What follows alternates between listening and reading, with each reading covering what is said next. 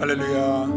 6월 첫째 주일 2부 예배에 나오신 모든 성도님들과 또한 온라인으로 예배에 참석하시는 모든 분들을 주의 이름으로 환영합니다. 매월 첫째 주일은 저희가 사도신경과 함께 예배의 자리로 나아가는데요, 우리의 믿음의 고백으로 드리는 이 예배를 통해 하나님 기뻐하시고 영광 받으시기를 간절히 소원합니다. 우리 자리에서 다 일어나셔서 사도신경의 신앙 고백으로 예배를 시작하시겠습니다. 전능하사 천지를 만드신 하나님 아버지를 내가 믿사오며 그 외아들 우리 주 예수 그리스도를 믿사오니 이는 성령으로 잉태하사 동정녀 마리아에게 나시고 본디오 빌라도에게 고난을 받으사 십자가에 못 박혀 죽으시고 장사한 지 사흘 만에 죽은 자 가운데서 다시 살아나시며 하늘에 오르사 전능하신 하나님 우편에 앉아 계시다가 저리로서 산자와 죽은 자를 심판하러 오시리라. 성령을 믿사오며 거룩한 공회와 성도가 서로 교통하는 것과 죄를 사하여 주시는 것과 몸이 다시 사는 것과 영원히 사는 것을 믿사옵나이다. 아멘. 이것이 나의 간증이요, 이것이 나의 찬송일세. 나 사는 동안 끊임없이 구주를 찬송하리로다. 이것이 나의 간증이요, 이것이 나의 간증이요, 이것이 나의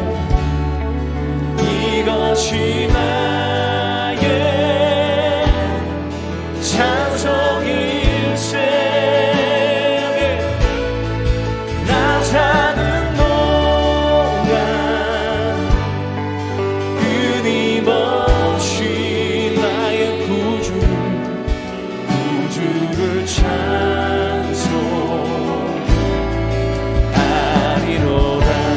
예수로 나의 구주 삼고 예수로 나의 구주 삼고 성령과 피로써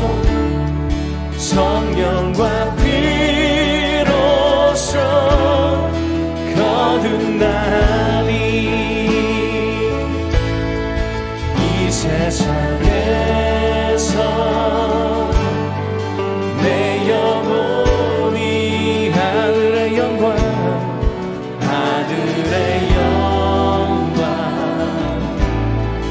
누리도록.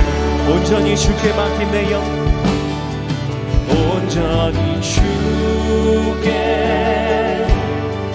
맡긴 내 영. 사랑의 음성, 사랑의 음성을 듣는 중에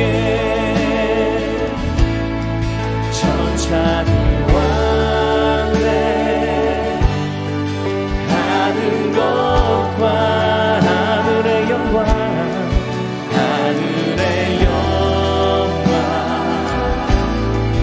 보리로다. 이것이 나의 간증입니다. 할렐루야. 이것이 나의 간증이요, 이것이 나의 찬송일세. 나 사는 동안 끊임없이 구주를 찬송하리로. 주 안의 기쁨 누림으로, 주 안의 기쁨 누림은 우리의 마음의 풍랑이 잔잔해집니다. 마음의 풍랑이 잔잔하니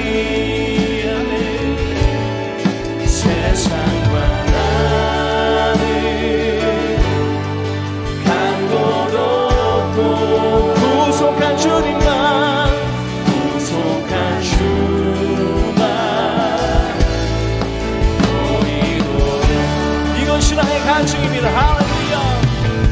이것이 나의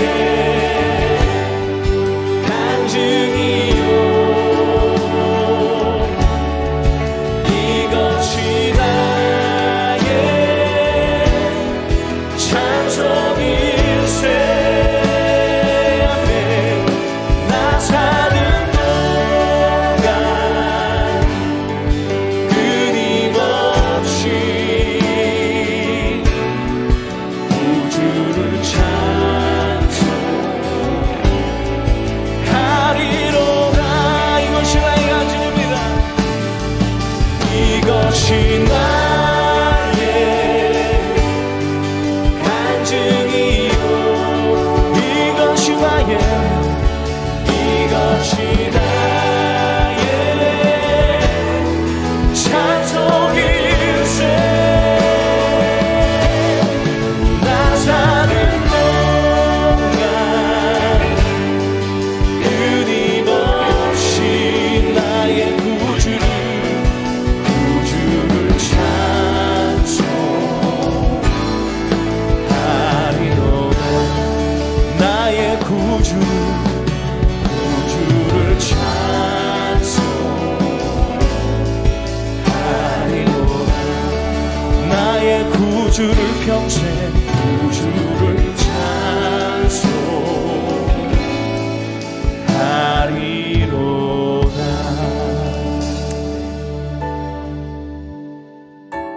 우리를 있는 모습 그대로 부르시는 주님께 이 시간 나아가기 원합니다. 주님과 함께하는 이 시간 되길 간절히 소망합니다. 내 모습 이대로, 내 모습 이대로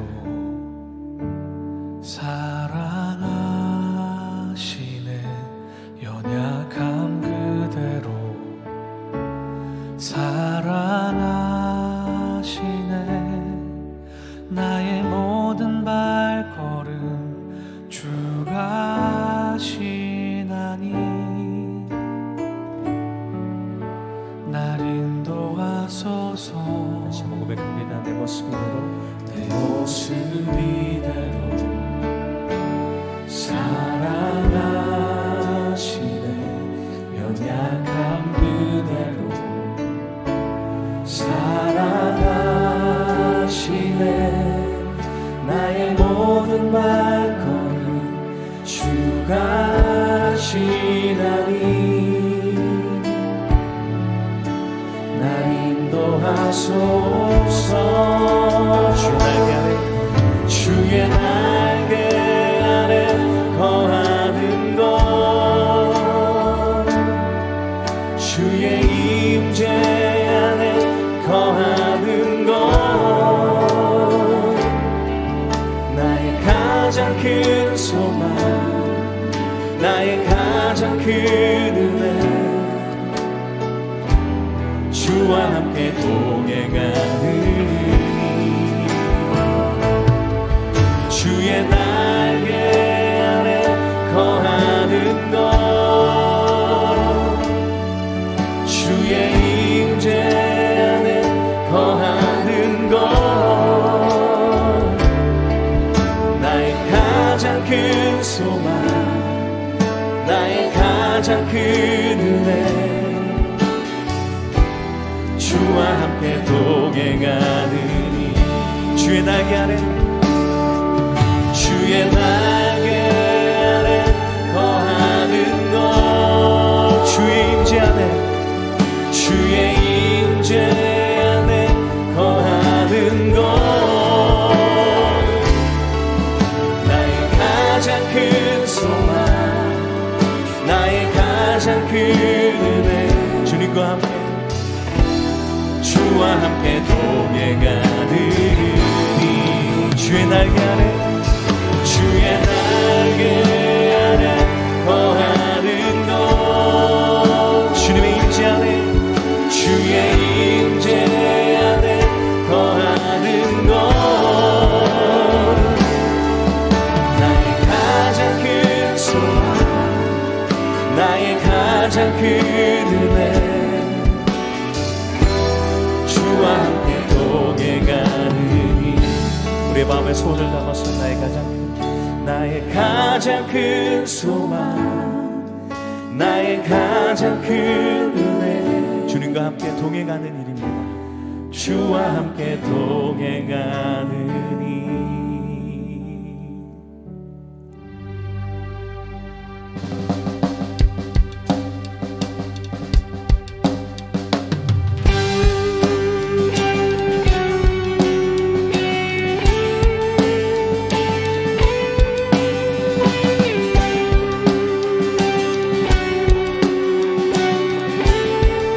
주 안에 있는 나에게, 주 안에 있는 나에게 땅끝이 있으랴. 우리 모두 십자가 밑으로 십자가 밑에 나아가 내 짐을 풀었네.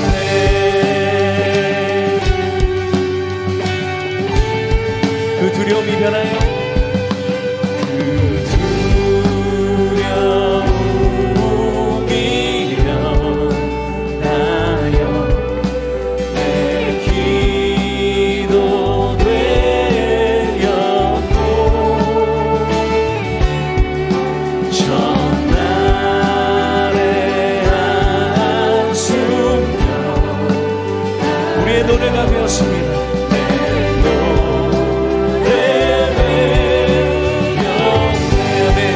주님을 찬송,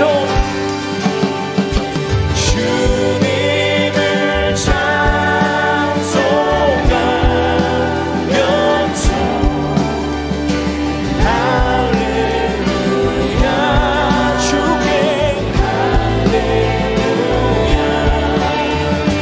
내 앞길 멀고 험해도 나 주님만 따라가니. 내 주는 자비하셔서 내 주는 자비하셔서 늘 함께 하시는 우리 주님이 되십니다. 함께 계시고 내 궁핍 밤을 가시고 늘 채우시는 주님, 그 주를 믿고 신뢰하며 같이 찬양합니다. 시대에 주님을 찬송, 주님을 찬송하면서 할렐루야 할렐루야 내 앞길 멀고 험해도 오직 주님만 따라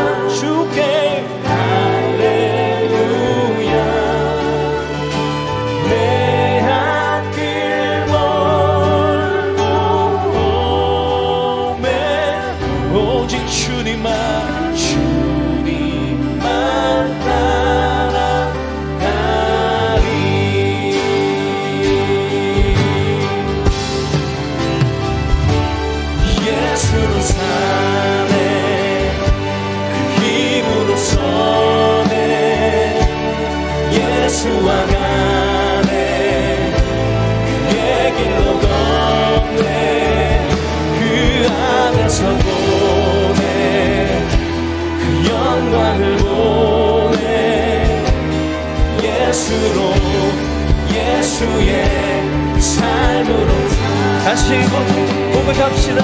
예수로 사네 그 힘으로 서네 아멘 예수와 가네 그의 길로 걷네 그 안에서 보네 그 영광을 보네 예수로 예수의 삶 우리 마지막으로 다시 한번 예수로 사네.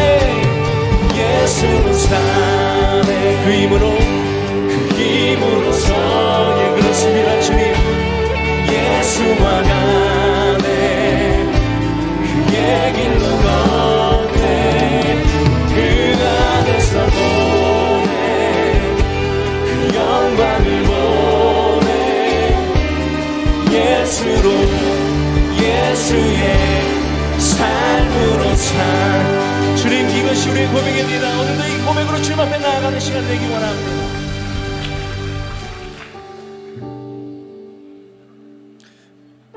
우리 영혼의 인도자 되시고 환난 날에 피할 반석 되시는 하나님 아버지, 은혜와 사랑을 마음 감사드립니다. 특별히 코비드-19 상황 속에서도 지난 주일부터 오프라인과 온라인으로 예배 드릴 수 있도록 환경과 여건을 허락해 주신 하나님 감사합니다. 오늘도 처한 곳에서 마음과 정성을 묶어 영과 진리로 예배하는 자들마다 하나님을 깊이 경험하는 시간으로 축복해 주시고, 예배를 통해서 삶의 예배자들로 세상에 선한 영향력 끼치게 하옵시고, 위의 것 영원한 곳에 우리의 삶을 드리는 지혜도 허락해 주시옵소서. 아버지 하나님, 이 시간 인종차별과 불평등으로 신음하고 있는 미국을 위하여 기도드립니다. 이 땅에 하나님의 정의와 공의가 강같이 흐르게 하옵시고, 약탈과 폭력과 반목과 시기가 끊어지며 다시금 복음으로 돌아가서 화평을 이루며 진실된 용서와 십자가 사랑으로 이 땅이 회복되는 은총을 허락해 주시옵소서. 아버지 하나님, 오늘도 땅끝에서 복음 사역을 감당하시는 우리 교회가 파송한 선교사님들과 협력 선교사님들 가운데 성령님께서 함께해 주시고, 코로나 바이러스 상황 속에서도 하나님께서 눈동자와 같이 지켜주시되 불기둥과 구름 기둥으로 인도해 주시길 기도드립니다. 하나님 아버지, 이 시간 특별히 삶의 무게와 경제적 어려움으로 고통의 시간을 지나가는 성도들을 불쌍히 여겨주시고, 간절히 찾는 자들과 간절히 구하는 자들에게 허락해 주시겠다고 말씀하신 하나님의 응답이 속히 이루어지도록 간섭해 주시옵소서. 질병 중에 있는 성도들도 있습니다. 주님께서 만져주시고, 특별히 코로나 바이러스로 고통 중에 있는 하나님의 자녀들과 이 땅의 사람들에게도 긍휼을 베풀어 주시고, 하루속히 백신이 개발되어 전염병에서 자유케 하옵시고, 공동체로 모여서 마음껏 하나님을 예배할 수 있도록 은혜를 허락해 주시옵소서. 성령님, 이제 말씀을 받겠습니다. 오늘도 말씀의 대언자로 김용훈 목사님을 단에 세우실 때에 성령 충만케 하옵시고, 갑절의 영역을 더하여 주셔서 능력의 말씀이 선포되게 하옵시고, 온라인으로 예배 드리는 성도들과 주의 전에 올라온 모든 성도들이 아멘으로 말씀에 화답하는 귀한 시간으로 축복해 주시옵소서. 오늘도 아름다운 찬양으로 은혜 끼치는 마하나임 찬양팀과 예배를 돕는 손길들 가운데 하나님께서 복 베풀어 주시옵소서. 모든 말씀 감사드리며 예수님의 이름으로 기도드립니다. 아멘.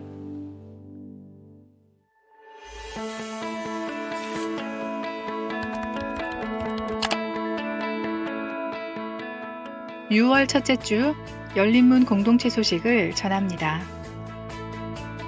주정부의 포워드 버지니아 페이즈 1에 따라 부분적으로 교회에서 예배드릴 수 있습니다. 기존과 동일하게 온라인으로 예배를 드릴 수 있으며 예배 참석을 신청하시는 분들은 코비드-19의 확산 감염에 각별히 주의해 주시기 바랍니다.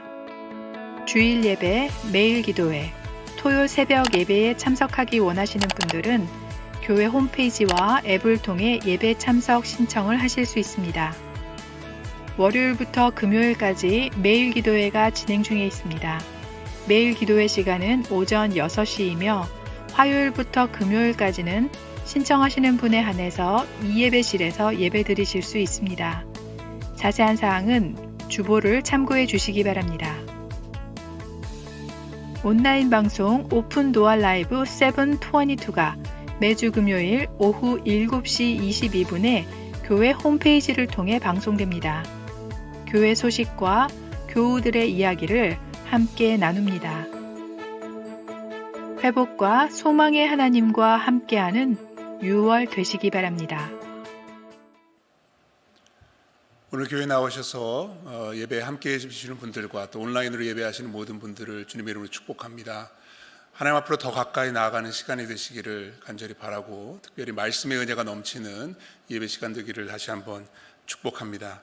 당분간은 저희가 교회에서 참석하는 모든 예배와 기도회를 위해 미리 온라인 등록을 받습니다. 주보를 참조해 주시고요. 조금 번거로우시더라도 여러분들 협조해 주시면 감사하겠습니다. 그리고 또 당분간 영어 통역, 예배 영어 통역은 3부 예배만 제공될 예정이니 여러분들 참조해 주시기를 바랍니다. 이 시간 함께 찬양하며 드린 예물 봉헌하도록 하겠습니다.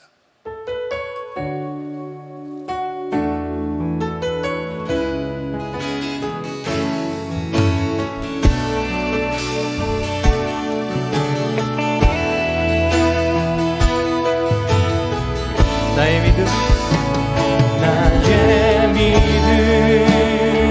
주께 있네. 십자가 능력이 내 영광 되었네. 주께서 우리를 승리케 하셨네. 나의 능력, 나의 소망 주께 있네.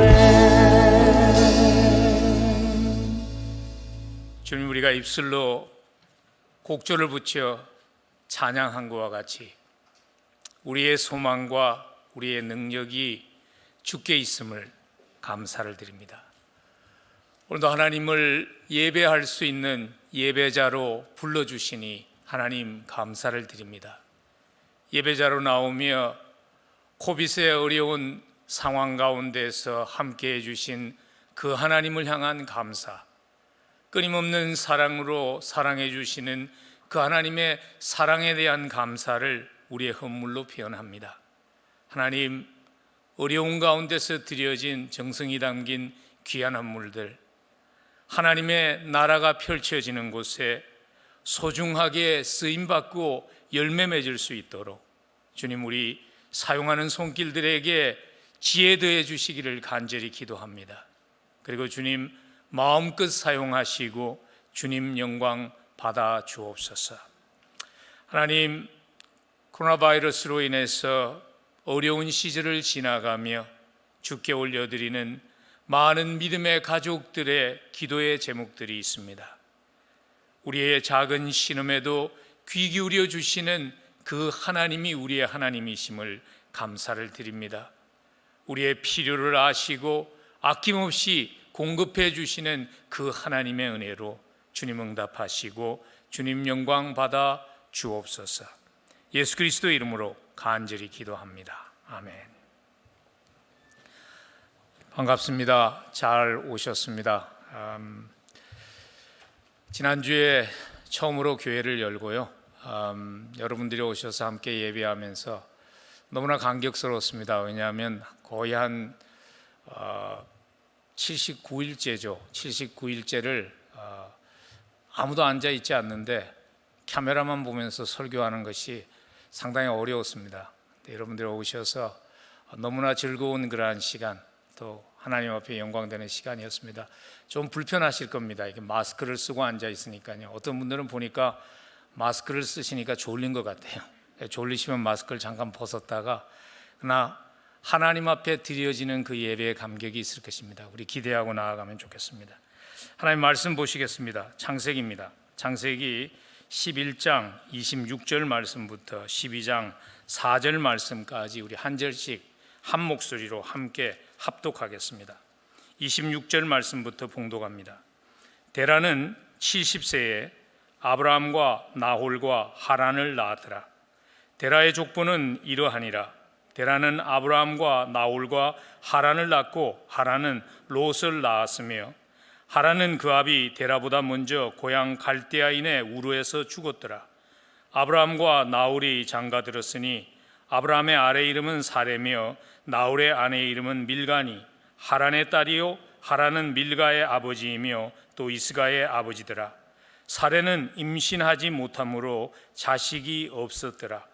데라가 그 아들 아브라함과 하란의 아들인 그의 손자 롯과 그의 며느리 아브라함의 아내 사레를 데리고 갈대아인의 우르를 떠나 가나안 땅으로 가고자 하더니 하란에 이르러 거기 거류하였음에 데라는 나이가 205세가 되어 하란에서 죽었더라. 여호와께서 아브라함에게 이르시되 너는 너희 고향과 친척과 아버지의 집을 떠나 내가 내게 보여줄 땅으로 가라. 내가 너를 큰 민족을 이루고 내게 복을 주어 내 이름이 창대하게 하리니 너는 복이 될지라. 너를 축복하는 자에게는 내가 복을 내리고 너를 저주하는 자에게는 내가 저주하리니 땅의 모든 족속이 너로 말미암아 복을 얻을 것이라 하신지라. 이 아브라함이 여호와의 말씀을 따라갔고 롯도 그와 함께 갔으며 아브라함이 하란을 떠날 때에 75세였더라. 아멘. 다시 아브라함의 일생을 여러분과 함께 따라가는 그러한 시간을 갖기를 원합니다. 저에게 그런 질문이 있었습니다. 왜 다시 아브라함인가? 제가 17년 전에 아브라함의 삶에 대해서 설교를 한 적이 있습니다. 성경에 나와 있는 모든 인물들을 다 설교하지 못하고 저의 목회가 마치는데 무엇 때문에 또다시 17년 만에 아브라함인가 하는 질문을 제 자신에게 해보았습니다. 저의 개인적인 답은 이것입니다. 17년 전에 다시 한번 그 말씀으로 돌아가서 보니까 하나님의 말씀을 충실하게 잘 못 드러냈다는 그런 아쉬움이 있기 때문에 다시 아브라함이기도 하고요. 그러나 더 중요한 이유는 이것입니다. 왜 아브라함인가? 왜 우리가 다시 이 시기에 아브라함을 따라가야 하는가 하는 질문에 대한 답은 지금 우리가 살고 있는 이 시기가 위기이기 때문입니다. 어느 때보다 믿음으로 살아가는 사람이 필요한 그러한 위기의 순간이기 때문에 그렇습니다. 위기의 순간에 한 사람의 믿음이 주변 세상을 살리기 때문입니다. 얼마 전에 저희가 폭풍우를 지나갈 때 하는 설교 시리즈를 지나갈 때 사도 바울의 그 폭풍우 속에서의 모습을 혹시 기억하시는 분들 계시지요? 배가 난파되어서 다 죽게 되었을 때 하나님께서 사도행전 27장 24절에서 아브라함에게 주셨던 음성이 이것입니다. 바울아 두려워하지 말라. 내가 가이사 앞에 서야 하겠고 또 하나님께서 너와 함께 항해하는 자를 다 내게 주셨다 하였으니, 바울 한 사람 때문에 하나님께서 배에 탄 모든 사람들의 생명을 구해 주신 것과 같이 위기의 순간에 믿음으로 살아가는 한 사람 때문에 주변 세상이 살아나게 됩니다. 아브라함은 깨닫지 못했지만요, 하나님이 아브라함을 만난 그 시기는 인류 역사의 위기였습니다. 왜냐하면 하나님을 아는 믿음이 단절될 수 있는 그러한 위기였기 때문에 그렇습니다. 창세기 1장에서 11장 사이를 보면 인간은 점점 하나님으로부터 멀어지는 죄악 속으로 떨어지는 그러한 발걸음을 계속합니다. 그러나 그 가운데서도 하나님은 한 사람을 통해서 그 믿음의 줄을 이어가십니다. 창세기 4장에서 아담의 세 번째 아들이죠, 셋이 하나님께 경배했다는 그 짧은 구절은 하나님을 모르는 세상 가운데서 유일하게 하나님을 알았던 사람의 경배를 기록한 것입니다. 그리고 셋의 그 후손이 노아죠. 노아를 통해서 하나님을 경배하는 신앙을 이어가시고, 그리고 노아의 홍수로 인해서 세상을 심판하신 후에 노아의 세 아들 가운데 셈을 통해서 하나님을 알고 경배하는 믿음의 맥락이 유지되어 갑니다. 근데 셈의 후손 가운데서 9대째가 아브라함의 아버지 데라였습니다. 근데 그는 하나님을 모르는 사람이었습니다. 데라는 당시의 세상 사람들과 같이 그 세상의 신을 섬기는, 달신을 섬기는 그러한 우상 숭배자가 된 것입니다. 하나님을 아는 유일한 믿음의 그 줄이 완전히 끊어질 수 있는 영적인 위기였습니다. 그래서 하나님께서는 예배하는, 하나님을 예배하는, 하나님을 아는 믿음이 끊어지지 않도록 아브라함을 부르신 것입니다. 아브라함은 깨닫지 못했지만 개인적으로는 아브라함 인생의 위기였습니다. 왜냐하면 그의 인생이 아무런 의미도 없이 그럭저럭 살다가 사나마나한 인생으로 마칠 수 있는 그러한 위기였기 때문입니다. 여러분, 혹시 우리는 내 인생이 위기인데도 내가 지금 위기의 순간에 서 있다는 것마저도 인식하지 못하고 살아가고 있는 것은 아닐까요? 아브라함의 인생이 벼랑 끝에 선 위기의 인생이었습니다. 근데 어떻게 그 벼랑 끝에 서 있던, 한 발자국만 더 나가면 떨어져서 죽을 수밖에 없는 위기의 순간에 서 있던 인생이 믿음의 대명사에 그러한 믿음의 아버지라고 할 수 있는, 믿음의 조상이라고 할 수 있는 아브라함으로 변할 수 있었을까요? 그 이유는요, 딱 한 가지밖에 없습니다. 하나님의 부르심이 아브라함을 아브라함 되게 한 것입니다. 성경 어디를 보아도 하나님이 아브라함을 부를 때 아브라함이 세상 사람과 달랐다는 기록이 없습니다. 하나님께서 아브라함을 택하고 부르셨기 때문에 아브라함이 아브라함 된 것입니다. 우리의 인생도 마찬가지라고 생각합니다. 우리의 인생을 세상 사람들과 구분하는 것은 하나님의 부르심입니다. 후회하지 않는 인생 되려면 그 부르심을 듣고 그 부르심에 반응할 수 있어야 합니다.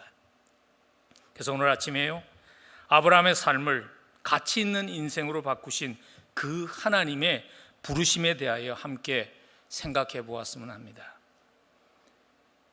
하나님의 부르심이 가져다 준 축복이 무엇인가? 하나님의 부르심 속에 담긴 그 능력은 무엇인가? 그리고 그 하나님의 부르심이 요구하는 것은 무엇인가? 한 가지씩 살펴보았으면 합니다. 첫 번째로 하나님의 부르심이 가져다 준 축복은 무엇인가? 그 축복은요, 하나님의 부르심은 우리의 삶의 터닝 포인트를, 전환점을 가져다 줍니다. 오늘 본문은 아브라함이, 하나님이 아브라함을 부르실 때의 나이가 75세였다고 4절에서 말씀하십니다. 창세기 22장 4절에 아브라함이 하란을 떠날 때에 75세였더라. 여러분, 75세는 상당히 긴 시간입니다. 모르긴 몰라도 오늘 여기 예배에 참석하신 분은 75세를 사신 분이 없는 것 같아요. 근데 아브라함의 인생을 따라가 보면요, 75세까지, 하나님이 아브라함을 부르기 전까지 75세까지 아브라함이 무엇을 했는가 하는 기록이 없습니다. 왜냐하면 기록할 만한 가치가 있는 인생이 아니었기 때문이죠. 별 기억될 만한 그러한 발자국을 남긴 인생이 하나님이 부름이 있기 전까지는 아니었다는 것이죠. 그런데 75세 때 하나님이 아브라함을 부르십니다. 그리고 그것이 그의 삶의 터닝 포인트가 됩니다. 그것이 하나님의 부르심의 축복입니다. 하나님의 부르심이 아브라함의 삶에 어떤 터닝 포인트를 가져다 주었나요? 창세기 12장 1절에 보니까 내가 내게 지시할 땅으로 가라 하는 그 말씀을 통해서 하나님의 부름을 통해서 아브라함은요, 삶의 목적을 찾았습니다. 목적을 회복했습니다. 하나님의 부르심을 통해서 그는 삶의 목표가 정확하게 설정되었기 때문에, 그렇다고 그래서 아브라함이 완벽한 삶 살지 않았습니다. 실수도 하고요, 또는 인간적인 방법으로 넘어지기도 하고요 하는 그러한 부족한 모습이 있었지만, 그가 부름받아 나선 그 길을 돌아서지 않을 수 있었던 그 힘은 어디에서 왔는가 하면 하나님의 부름이었습니다. 여러분, 오늘날 우리 주변을 돌아보면 얼마나 많은 사람들이 삶의 목적을 찾아서 몸부림치고 있는지 모릅니다. 아브라함의 시대나 우리 시대나 목적이 없이 몸부림치는 사람들이 얼마나 많은지 모릅니다. 한 28살 된 분이 솔직하게 자기의 인생에 대한 고백을 했어요. 노라 왓슨이라는 분인데 펜실베니아에서 태어나서 목사의 딸로 자란 그러한 분이에요. 지금은 성공해서 헬스케어와 관계되는 그러한 글을 써서 상당히 안정된 삶을 사는 분인데 그분이 이런 솔직한 고백을 했어요. 나의 아버지는 펜실베니아 주의 산골의 작은 교회의 목사였습니다. 나는 우리 아버지의 직업이 얼마나 싫었는지 모릅니다. 그런데 지금 내가 직장인이 되어서 떨쳐버릴 수 없는 질문이 한 가지 있는데 그것이 무엇인가 하면 우리 아버지는 별로 좋지도 않은 직업을 그렇게 즐기셨는데 나는 왜 더 좋은 직장에서 더 많은 월급을 받으면서 일하면서도 우리 아버지와 같이 삶을 투자할 만한 의미를 찾지 못하는가 하는 것이 나의 질문입니다라고 그녀는 솔직히 얘기했습니다. 여러분, 이유가 뭘까요? 그녀가 목회를 해야 되는데 세상 일을 하고 있기 때문일까요? 아닙니다. 자기가 하는 일에서 하나님의 부름이 무엇인지를 찾지 못했기 때문입니다. 하나님의 부름을 통해서 찾은 인생의 목표, 그리고 인간 스스로가 정한 목표가 뭐가 다르기에 하나님의 부름을 통해서 우리가 목표를 찾게 되었을 때, 목적을 찾게 되었을 때 그것이 우리의 삶을 바꾸어 놓는 것일까요? 그 이유는요, 하나님의 부르심을 통해서 찾은 삶의 목표는 우리의 삶의 의미를 회복하게 하기 때문입니다. 우리의 삶의 의미를 알고 살아가게 하기 때문입니다. 오늘 아브라함의 삶이 이 과정을 잘 보여주는 그러한 예입니다. 아브라함이 부름을 통해서 하나님이 지시한 땅으로 가라 하는 그 목적을 향해서 살아가기 시작했을 때 그 목적과 함께 회복된 것이 의미였죠. 그래서 2절에 보면 하나님께서 그 의미를 이렇게 쓰셨습니다. 너는 복의 근원이 될지라. 아브라함은요, 자기의 삶의 의미가 그냥 자식 낳고 가정 이루고 세상에서 명성을 누리고 하는 그 정도가 아니라 영원한 의미가 있다는 것을 깨닫게 된 것이죠. 하나님께서 지금 자기의 그 부르심을 통해서, 자기의 걸어가는 그 길을 통해서 하나님께서 지금 새로운 민족을 일으키시며 새로운 역사를 일으키고 있다는 그 의미를 깨닫게 된 것이죠. 아브라함이 처음부터 하나님의 그 자기의 부르심에 대한 의미를 100% 다 이해했을까요? 이해하지 못했죠. 그러나 아브라함이 그 길을 가면서 하나님의 부름 따라 살아가면서 하나님과 동행하는 과정에서 그 관계가 점점 깊어지면서 그는 하나님이 자기를 부르시고 자기의 삶에 부어주신 그 의미를 100% 깨닫게 됩니다. 삶의 목표를 위해서 기꺼이 모든 것을 희생할 수 있었던 사람들의 삶의 이야기를 읽어보면 공통점이 뭐냐면요, 그들은 삶을 드릴 만한 의미가 무엇인가를 알았다는 것이죠. 아브라함이 정든 고향을 떠나서 하나님이 주신 목적을 위해서 사는 결단을 내릴 수 있었던 것도 삶을 드릴 만한 의미가 있는 하나님의 부름을 통해서 찾았기 때문입니다.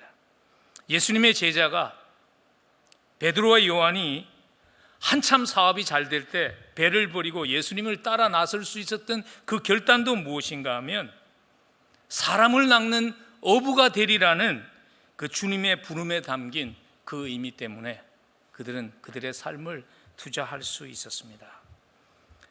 하나님의 부름에 대한 순종은 삶의 목적과 의미를 찾게 합니다. 이것이 부르심의 축복입니다.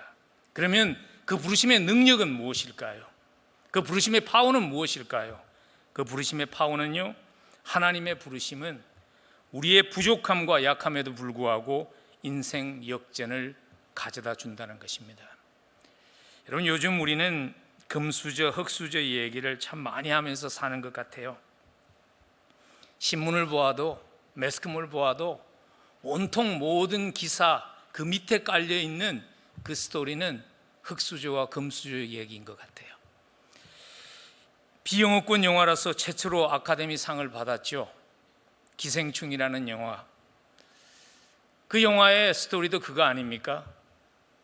흙수저를 물고 나서는 아무리 발부둥 쳐도 금수저 물고 난 사람을 따라잡을 수 없다는 그 사회상을 고발한 것이죠. 한국의 사회적인 문제를 고발했음에도 불구하고 전 세계적으로 공감을 일으킨 것은 무엇인가 하면 그 문제가 한국 사회의 문제만이 아니라 전 세계적인 문제이기 때문이죠. 슬픈 현실이지만은 이게 우리가 살고 있는 이 시대의 현주소 아닙니까? 그래서 지금 미국이 아픔으로 몸부림치고 있는 것 아닙니까? 흙수저를 물고 나와서는 금수저를 물고 나온 사람을 따라잡을 수 없는 그 아픔 때문에 미국이 지금 몸부림치는 것 아닙니까? 그런데요, 소망이 있습니다. 아무리 데몬스트레이션 해도 세상 변하지 않습니다. 조금 시간 지나면 금세 잊혀집니다. 그것이 세상입니다.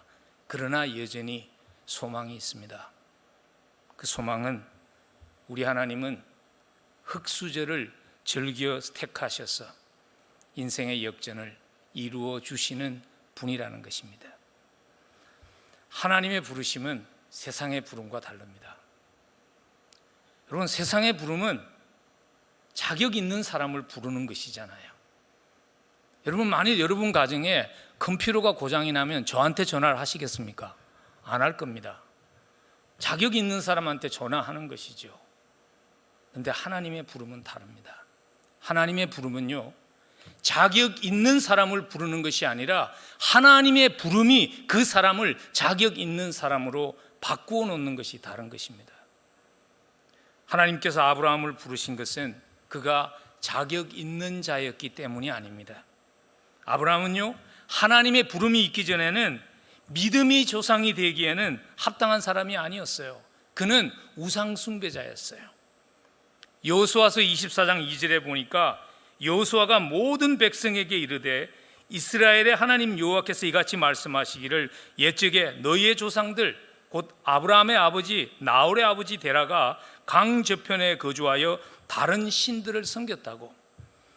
아브라함은요, 당시 세상 사람들과 하나도 다를 바 없이 세상의 우상을 숭배하는, 달신을 숭배하는 우상 숭배자의 가정에서 자랐습니다. 부름이 없었다면 아브라함도 그 아버지 데라와 조금도 다를 바가 없이 우상 숭배자로 세상 사람들과 같이 삶을 마칠 수 있는 사람이었습니다. 근데 자격이 있어서가 아니라 하나님이 그를 택하시고 부르셨습니다. 그 부름이 아브라함이라는 사람에게 자격을 부여한 것입니다. 사라도 마찬가지죠. 아브라함의 아내였던 사라도 하나님의 부르심에 자격이 있는 사람은 아니었어요. 오늘 창세기 11장 30절을 보면 사라가 어떤 사람이었는가를 이렇게 한마디로 오늘 묘사하고 있습니다. 사라는 임신하지 못함으로 자식이 없었더라. 이건 번역이 좀 잘못된 거예요. 여러분, 임신하지 못하면 당연히 자식이 없는 거죠. 그걸 왜 그렇게 썼어요? 이 말은 지금 뭘 강조하고 있는가 하면요, 사라는 임신할 수 없는 상태의 여자였다. 그리고 자식을 가질 수 없는 여자였다는 것을 두 번 묘사하면서 강조하는 거예요. 당시 사회적인 배경으로 보면 아이를 가질 수 없다는 것은 여자로서는 가치가 없다는 것을 말하는 것을 강조하고 있는 거예요. 근데 자격이 없음에도 불구하고 부르신 이유는 하나님의 부르심의 기준이 은혜이기 때문에 그렇습니다. 하나님은 우리가 자격이 있어서 부르는 것이 아니라 하나님은 무조건적인 하나님의 주권으로 그 은혜로서 우리를 택해서 우리를 자격 있는 자로 만드시는 그러한 하나님이십니다. 그래서 하나님의 부르심은요, 우리의 부족함에 제한을 받지 않습니다. 우리 연약함과 부족함에도 개의치 아니하시고 우리를 불러서 우리의 삶을 바꾸어 주시는 것이, 그것이 하나님의 부르심의 능력입니다. 그럼에도 불구하고 우린 종종 하나님의 부르심을 그냥 무시하고 지나치기가 쉽죠. 그 이유가 뭔가 하면 나의 논리로, 나의 상식으로 나를 볼 때 내가 너무 적합지 않기 때문 아닐까요? 여러분, 종종 그런 이메일 받지 않으세요? 저는 가끔 받는데요. 이메일이 어디서 날라왔는데 열어보니까 미국 남부의 대갑부가 세상을 떠났는데 자기 재산을 의미 있게 사용해 줄 사람을 선택했는데 당신이 선택됐습니다. 당신의 이름으로 700만 불이 기다리고 있습니다. 연락하십시오. 그럼 여러분 어떡하세요? 그런 메일을 받으면 그냥 버리죠. 왜냐하면 내가 아니라는 것을 알잖아요. 근데 감사한 것은요, 하나님의 부름이 우리와 논리와 일치되지 않을 때가 많아요. 그래서 우리가 반응하지 못하고 망설이고 있을 때에도 하나님이 포기하지 않는다는 것입니다. 여러분, 아브라함을 하나님께서 부르셨을 때 아브라함이 그 자리에서 하나님께 순종하고 나섰을까요? 그렇지 않습니다. 사도행전 7장 2절과 3절을 보니까요, 이렇게 기록하셨어요. 우리 조상 아브라함이 하란에 있기 전 메소포타미아에 있을 때에, 즉 우리에게 익숙한 갈대아 우르에 있을 때에 영광의 하나님이 그에게 보여 이르시되 내 고향과 친척을 떠나 내가 내게 보일 땅으로 가라 하셨다고. 아브라함을 처음 부르신 곳은요, 하란이 아니었어요. 아브라함을 처음 부르신 곳은 갈대아 우르였어요. 메소포타미아였어요. 그리고 창세기 12장에서 하란을 떠나는 결단이 있기까지 사실 우리는 얼마의 시간이 있었는지 정확하게 몰라요. 적어도 5년 이상의 시간은 있었던 것 같아요. 왜냐하면 아브라함이 하란에 온 시기가 70세 정도였고 아버지 데라가 세상을 떠나서 하란을 떠나는 하나님의 부름 앞에 그가 순종하고 났을 때가 75세였으니까 미니멈 5year이지만은 그보다 훨씬 더 됐을 가능성이 많아요. 하나님의 부름을 받았을 때 아브라함은 그러면 그 기간 무엇했는가? 무엇 때문에 망설였는가? 성경은 우리에게 설명하지 않습니다. 그런데 하나님은 그 망설임의 시간마저도, 하나님의 뜻에 온전히 부름 앞에 순종하지 못하고 헤매는 그 시간마저도 하나님은 아브라함을 부르셔서 쓰기 위한 기간으로, 도구로 그 시간을 쓰셨다는 것입니다. 이안 두구드와 같은 구약학자는요, 이렇게 해석을 했는데 저는 전적으로 동의가 됩니다. 70년 동안 뿌리 내리고 살았던 갈대아 우르를 떠나게 하시고 하란에서 5년을 사는 과정을 하나님께서는 하나님의 부름을 따르게 하는 준비의 과정으로 사용했다고 구약학자 두구이드는 그렇게 해석을 합니다. 그래서 그 기간이 준비의 기간이 되어서 아버지가 세상 떠났을 때 하나님께서 떠나라 할 때 아브라함이 떠날 수 있었다고. 하나님은요, 우리를 부르시는 하나님은 우리를 부르시고 우리를 준비시켜 주시는 하나님이십니다.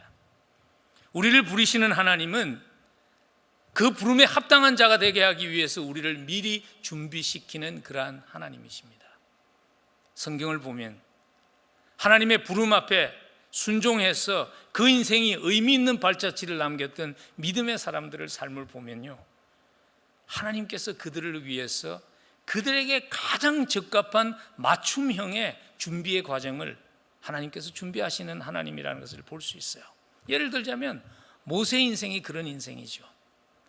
40년 동안 바로의 궁전에서 교육을 받고 40년 동안 광야에서 목자로서 살아남는 것을 배우고 그 리더십과 그 섬김이 준비된 후에 하나님은 모세를 불러서 40년 동안 이스라엘 백성들을 광야에서 인도할 수 있는 그 부름에 합당한 사람이 되게 하신 것이죠. 오늘 말씀을 묵상하면서 저의 살아온 지난 세월을 돌아보아도 저는 인식하지 못했어요. 그래서 불평도 많이 하고요. 그런 세월이었지만 지금 돌아보니까 하나님은 그 시간들을 조금도 헛되이 하지 아니하시고 저를 준비하는 시간으로 쓰셨어요. 이민자의 삶을 살게 하시고 바느질을 배우게 하시고 주유소에서 기름 푸는 것을 배우게 하시고 옷가게에서 세일즈맨 하는 것을 배우게 하시고 도서관이 마치면 보험회사 가서 청소하는 것을 배우게 하시고 여름 땡볕에서 빌딩 페인트 칠을 하는 그러한 모든 과정들이 저로 하여금 이민자의 교회를 섬기는 그러한 훈련의 기간으로, 준비의 기간으로 하나님은 쓰셨습니다. 이민교회에서 영어권 사역자였음에도 불구하고 정기적으로 한국말로 설교를 하게 하신 것도 지금 돌아보니 하나님의 준비의 손길이었습니다. 여러분, 그래서 하나님의 부름 따라가는 삶은요, 지나온 상황들 그리고 지나가는 지금의 상황들 하나도 의미 없이 헛된 것이 없습니다. 하나님의 그 부름에 합당하게 살아갈 수 있도록 우리를 준비하시는 과정임을 믿음의 눈으로 바라보면서 주어진 상황, 맡겨진 작은 일에 최선을 다할 수 있는, 충성을 다할 수 있는 우리 모두가 되면 좋겠습니다. 과정을 지나가면서 다 이해할 수 없습니다. 이 고난이 왜 필요한 것인지 과정을 지나가면서 이해할 수 없습니다. 그러나 한 가지 확실한 것은 우리를 부르시고 우리를 자격이 있다 하시며 우리를 쓰시는 그 하나님의 계획 속에 하나도 낭비됨이 없다는 것입니다. 언젠가 우리가 걸어온 인생의 길을 돌아보며 웃음 지을 수 있는 그 순간이 꼭 옵니다. 그 소망 가지고 우리의 약함과 부족함을 즐겨 사용하셔서 영광을 받으시는 그 하나님의 부르심의 능력을 의지하며 인내하며 소망하며 찬송하는 인생 될 수 있기를 간절히 축복합니다. 부르심의 축복과 파워를 누리는 삶이 되기 위해서 그러면 부름이 요구하는 것은 무엇일까요? 부르심의 요구는 과연 무엇일까요? 부르심의 요구는요, 하나님의 부르심은 개인적인 결단을 요구합니다. 다른 사람, 주변 사람들이 어떻게 살아가든지 그것 인식하지 말고 자기의 부르심에 응답하는 개인적인 결단을 요구합니다. 오늘 12장 1절 여호와께서 아브라함에게 이르시되 너는 너의 고향과 친척과 아버지의 집을 떠나 내가 네게 보여줄 땅으로 가라. 너는 너의 고향과 친척과 아버지의 집을 떠나라 하는 이 말씀이 강조하고 있는 것은 무엇인가 하면요, 함께 갈대아 우르를 떠나서 하란에 도착한 너의 친척들은 그곳에 머물러 있든 말든 너는 떠나라는 것입니다. 사실 한글 성경에는 그 강조가 잘 표현이 안 돼 있어요. 근데 원어에 보면요, 그것을 두 번씩 너는 떠나라는 것을 강조하라는 형식으로 기록되어 있어요. 요즘 보면 킹 제임스 번역본만이 진짜 성경이라고 말도 안 되는 소리를 하는 사람들이 많아서 제가 킹 제임스 번역을 잘 인용하지 않는데 이 구절은 킹 제임스 번역이 정확하게 번역을 했더라고요. Get thee out of it. 너를 그곳에서 끄집어내라. 너를 그곳에서 끄집어내서 떠나게 하라는 그 강조가 오늘 이 원문 속에 기록되어 있어요. 순종하기 쉬운 부름은 아니었죠. 당시의 사회 구조로 볼 때 고향을 떠난다는 것은요, 그것은 거의 생각할 수 없는 일이에요. 왜냐하면 고대인들은 평생 자기가 태어난 출생지에서 몇 킬로 바깥을 나가지 않고 인생을 마치는 것이 고대인들의 생활인데 고향을 떠난다는 것은 생각할 수 없는 일이에요. 친척을 떠나, 친척은 자기를 위험 가운데서 보호해 줄 수 있는 유일한 수단입니다. 그리고 역사적인 기록에 의하면요, 갈대아 우르와 하란은 당시 문명과 상업의 중심지였어요. 모든 꿈을 가진 사람들이, 야망을 가진 사람들이 모여드는 곳이 갈대아 우르와 그리고 하란이었는데 그곳을 떠나서 알 수 없는 미개척지로 간다는 것은 결코 쉬운 결정이 아니었어요. 여러분, 사실 하나님께서 우리를 부르시죠. 근데 그 부름 앞에서 우리도 살아가면서 그 부름이 내 인생을 바꾸어 놓을 수 있다는 것을 어렴풋이 느끼면서도 그 부름 앞에 선뜻 순종하지 못하는 이유도 우리에게 그 두려움이 있기 때문 아닐까요? 그 두려움 때문에 망설이고 발걸음을 떼지 못하고 있는 것은 아닐까요? 어떻게 두려움을 극복하고 하나님의 부르심에 순종하며 응답할 수 있을까요? 아브라함의 삶을 통해서 주시는 답은요, 아브라함이 그렇게 했으니까 너도 그렇게 하라, 그게 아닙니다. 아브라함의 삶을 통해서 주시는 교훈은요, 아브라함같이 담대하게 너도 노력하라, 그것이 답이 아닙니다. 물론 아브라함 위대한 분이죠. 아브라함의 삶, 본받아야 할 부분이 많은 그다음 믿음의 모델이죠.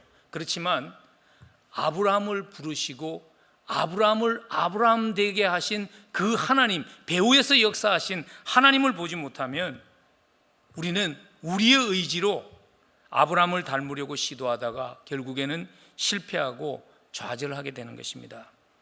믿음으로 우리가 살아가면서요, 마음은 원인데 자꾸 실패하는 이유가 바로 이것 아닐까요? 믿음의 사람들을 믿음으로 살아가게 한 그 하나님은 보지 못하고 그 하나님의 손길은 생각함이 없이 그 믿음의 사람들이 결론적으로 결과적으로 나왔던 삶의 모습을 그대로 해보려고 할 때 우리는 실패할 수밖에 없는 것이죠. 아브라함 완벽하지 않았어요. 그러나 이 자리에 아브라함만큼 할 수 있는 사람이 없습니다.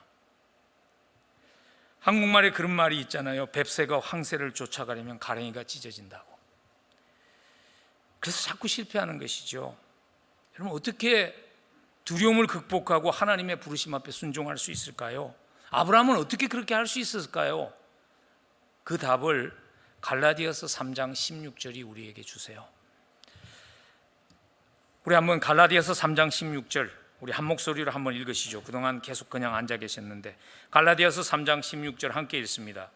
이 약속들은 아브라함과 그 자손에게 말씀하신 것인데 여럿을 가르쳐 그 자손들이라 하지 아니하시고 오직 한 사람을 가리켜 내 자손이라 하셨으니 곧 그리스도라. 오늘 갈라디아서 3장 16절은요, 창세기 12장 1절과 3절에서 하나님이 아브라함을 지시하는 땅으로 가라, 축복의 근원이 되라 말씀하시고 나서 창세기 12장 7절에서 다시 한번 하나님의 약속을 이렇게 요약합니다. 내가 이 땅을 내 자손에게 주리라. 내가 이 땅을 내 자손에게 주리라고 요약하신 그 하나님의 약속에 대한 해석이 갈라디아서 3장 16절이에요. 근데 갈라디아서 3장 16절에 보면 아브라함에게 주신 하나님의 약속에는 이미 장차 선물로 주실 예수 그리스도가 예언되어 있었다는 것입니다. 다른 말로 하면 아브라함이 두려움을 이기고 하나님의 부름에 순종해서 나갈 수 있었던 비결은 무엇인가 하면 아들을 바라보았기 때문이라는 것이죠. 아브라함은 장차 오실 예수 그리스도, 아들 예수 그리스도를 믿음의 눈으로 바라보았기 때문에 그 시대에 작은 예수로 살 수 있었다는 것입니다.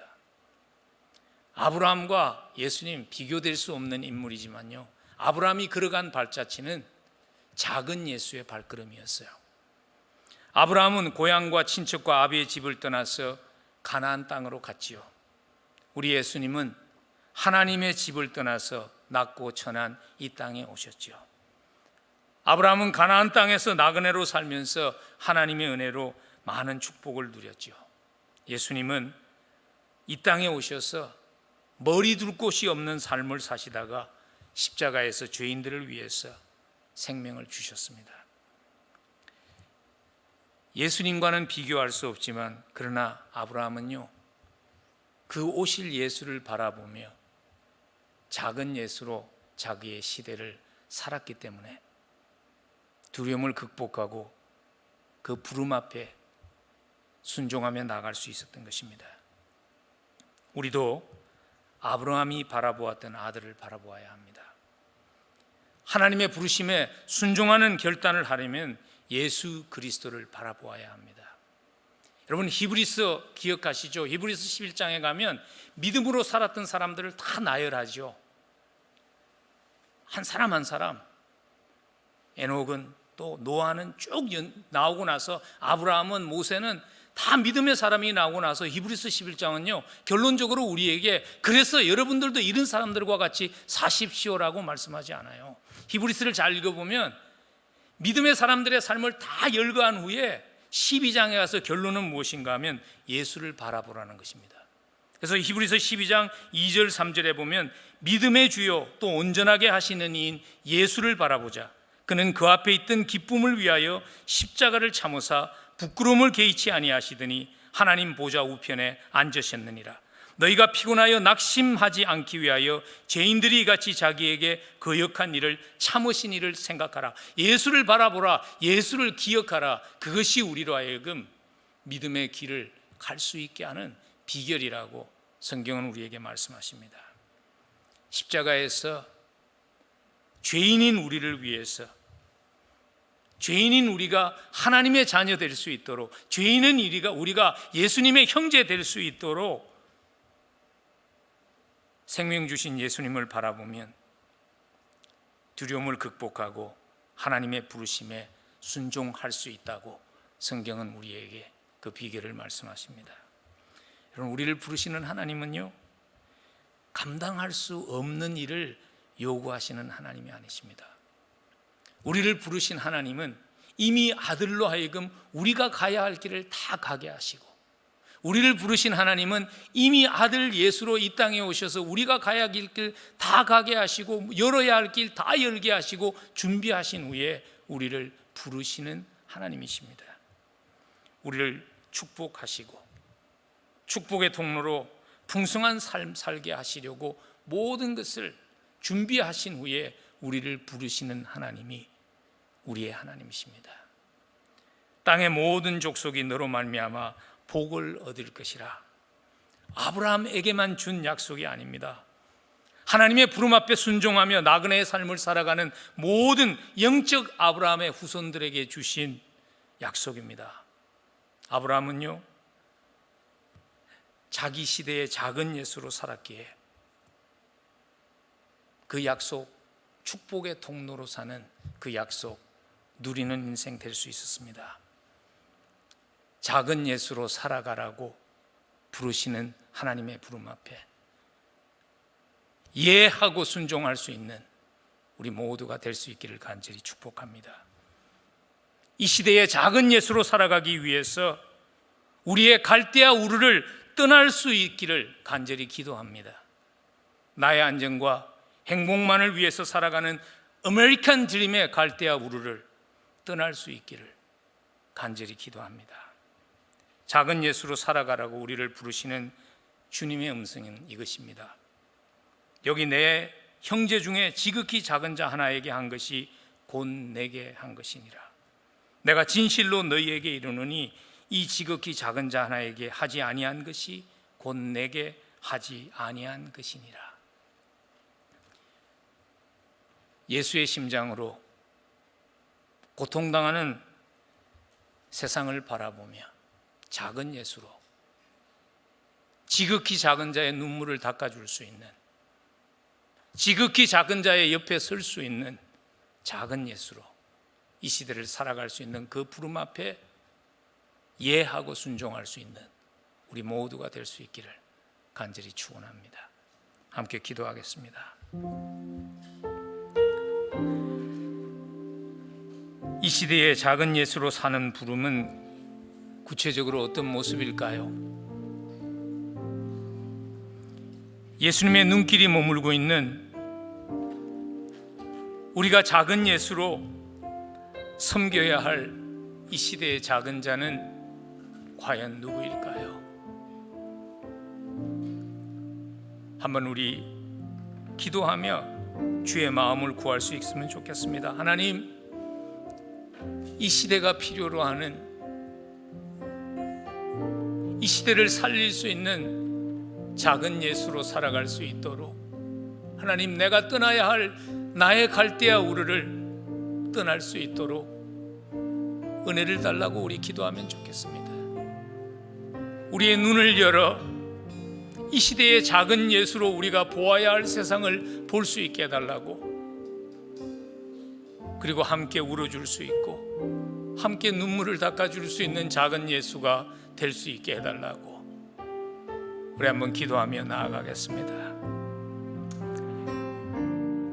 하나님,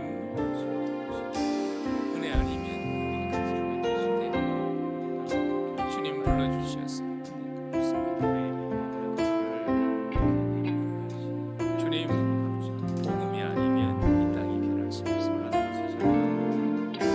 복음을 삶으로 살아내는 이 시대의 작은 예수가 될 수 있도록 주여 우리를 부르셨사오니 감당할 수 있는 은혜를 허락하여 주옵소서. 하나님 함께해 주옵소서.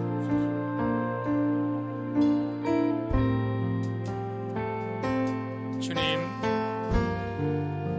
이 시대를 위한 작은 예수로 살아갈 수 있도록 부르시는 주님의 부름 앞에 순종할 수 있는 은혜를 허락해 주옵소서. 주의 눈으로 고통당하는 세상을 볼 수 있도록 도와주옵소서. 주님이 마음에 둔 지극히 작은 자를 섬기는 그리스도의 손과 발이 될 수 있도록 작은 예수로 살아갈 수 있도록 우리 열린문 공동체를 사용하여 주옵소서. 예수 그리스도 이름으로 간절히 기도합니다.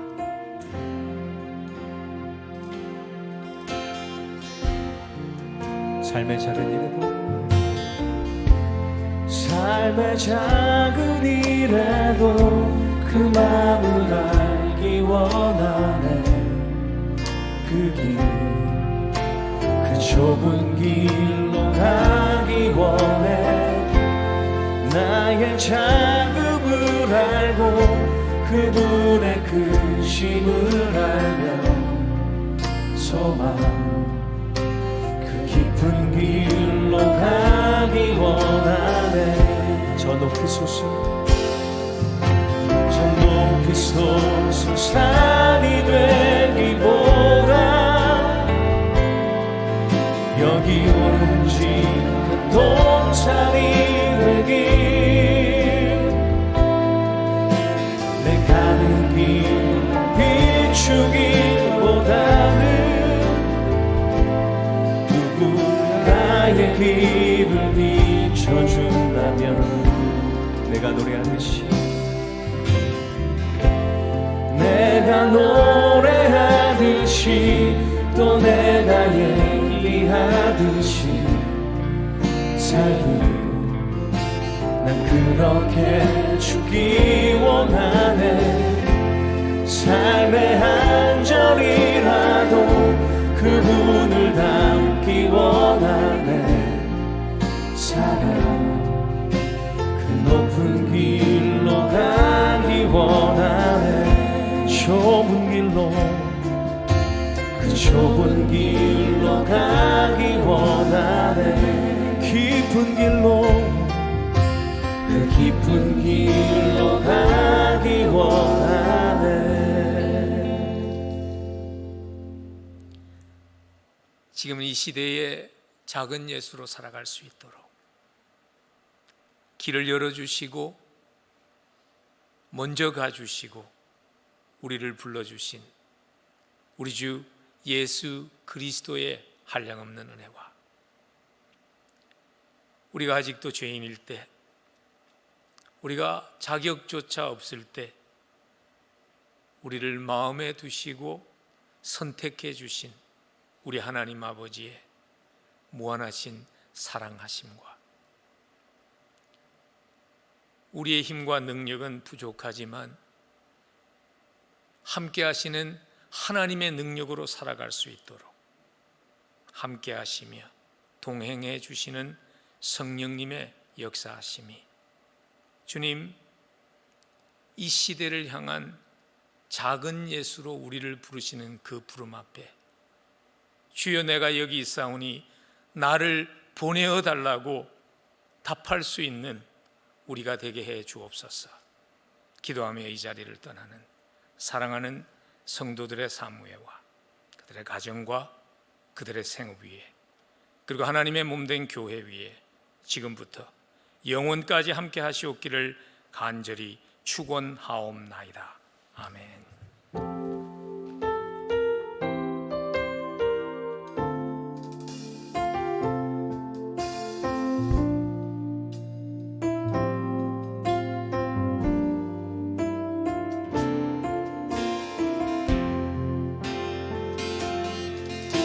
저 높이 솟은 산이 되기보다 여기 오른직한 동산이 되기 내 가는 길만 비추기보다는 누군가의 길을 비춰준다면 내가 노래하듯이 또 내가 얘기하듯이 살리 나 그렇게 죽기 원하네 삶의 한 절이라도 그분을 닮기 원하네 사랑 그 높은 길로 가기 원하네 좁은 길로 그 좁은 길로 가기 원하네 깊은 길로 그 깊은 길로 가기